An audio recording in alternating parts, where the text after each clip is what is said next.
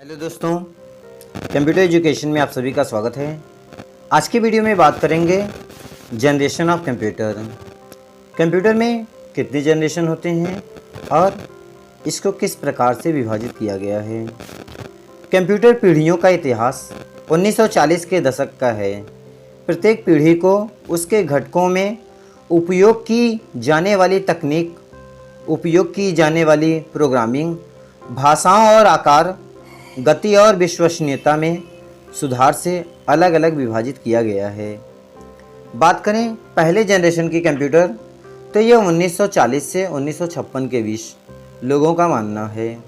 Computer की पहली पीढ़ी में वैक्यूम ट्यूब का प्रयोग किया गया। ये सबसे शुरुआती प्रकार के कंप्यूटर थे और काफ़ी बड़े थे, बहुत अधिक बिजली की खपत करते थे और बहुत अधिक गर्मी पैदा करते थे। इस पीढ़ी का सबसे प्रमुख उदाहरण ENIAC electronic numerical integrator and computer है। पहले पीढ़ी की जो कंप्यूटर है इसकी खास बात यह है कि वे इलेक्ट्रॉनिक कंप्यूटिंग के अग्रदूत थे। वे मिली सेकेंड में डेटा की गणना करते थे। वे भारी थे और बड़ी जगह की आवश्यकता थी।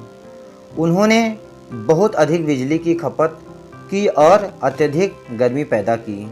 तो ये पहले जनरेशन के कंप्यूटर की खासियत थी। बात करें दूसरे जनरेशन की कंप्यूटर की तो लोगों का मानना है 1956 से 1963 में दूसरा जनरेशन कंप्यूटर चला। कंप्यूटर की दूसरी पीढ़ी में ट्रांजिस्टर ने वैक्यूम ट्यूब का स्थान ले लिया। ट्रांजिस्टर वैक्यूम ट्यूब की तुलना में छोटे, तेज, सस्ते और अधिक विश्वसनीय थे। इस पीढ़ी का एक उदाहरण है IBM 7094 है। इसकी खासियत ये है कि पहली पीढ़ी की तुलना में अधिक विश्वसनीय और कॉम्पैक्ट थे। उन्होंने कम बिजली की खपत की और कम गर्मी पैदा की पहले जनरेशन की अपेक्षा। इन कंप्यूटरों को अभी भी एयर कंडीशनिंग की आवश्यकता थी और प्रोग्रामिंग की प्रक्रिया जटिल थी, जिसकी वजह से मार्केट से इन्हें हटाया गया और तीसरे जनरेशन को लाया गया। बात करें तीसरे जनरेशन की कंप्यूटर की तो वैज्ञानिकों का मानना है 1964 से लेकर 1971 में तीसरा जनरेशन जो था कंप्यूटर का वो आया। तीसरी पीढ़ी में एकीकृत सर्किट का आगमन हुआ, जिससे कंप्यूटर का आकार काफ़ी कम हो गया। IBM 360 इस पीढ़ी का एक उल्लेखनीय उदाहरण है। कंप्यूटर की खासियत यह है कि शक्तिशाली, विश्वसनीय और किफ़ायती हो गए। उन्होंने मल्टीटास्किंग की अनुमति देने वाले एक ऑपरेटिंग सिस्टम का उपयोग करना शुरू कर दिया। जबकि इसमें कमियां क्या हैं? IC का रखरखाव करना कठिन था, प्रौद्योगिकी जटिल थी और इसके लिए उच्च उत्पादन लागत की आवश्यकता थी। बात करें चौथे जनरेशन के कंप्यूटर की तो यह 1971 में आया।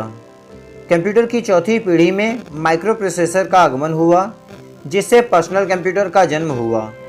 इंटेल 4004 चिप पहले माइक्रो प्रोसेसर में से एक था और एप्पल मैकिंटोश और IBM PC इस पीढ़ी के प्रमुख कंप्यूटर हैं।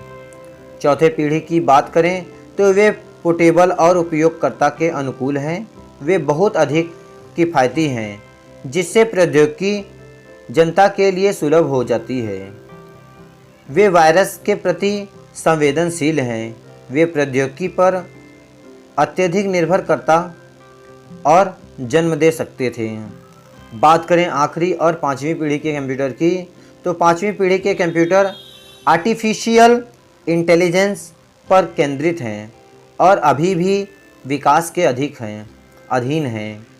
उनका लक्ष्य ऐसे उपकरण विकसित करना है जो प्राकृतिक भाषा पर प्रतिक्रिया दें और सीखने और आत्मसंगठन में सक्षम हों। उनका लक्ष्य AI और प्राकृतिक भाषा समझ के साथ कंप्यूटर उपयोगकर्ता के अनुकूल बनना है। वे ऐसे कंप्यूटर विकसित करने पर ध्यान केंद्रित करते हैं जो जटिल समस्याओं को हल कर सके और निर्णय निकाल सके। स्वचालन के कारण उन्हें नौकरी से विस्थापन का सामना करना पड़ रहा है और वह कर रहे हैं। प्रौद्योगिकी अभी भी विकासधीन और इसे पूर्ण होने में समय लग सकता है। कंप्यूटर की विभिन्न पीढ़ियों की तुलना में कंप्यूटर की प्रत्येक पीढ़ी महत्वपूर्ण प्रगति लेकर आई।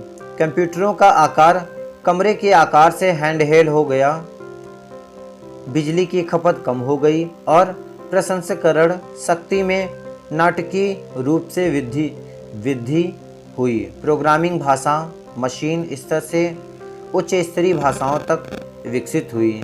तो इस प्रकार से अलग अलग जनरेशन के जो कंप्यूटर थे उनमें अलग अलग खासियत थी। तो ये पांचों प्रकार के कंप्यूटर थे। Thank you for watching this video को लाइक, सब्सक्राइब एंड शेयर करना न भूलिएगा।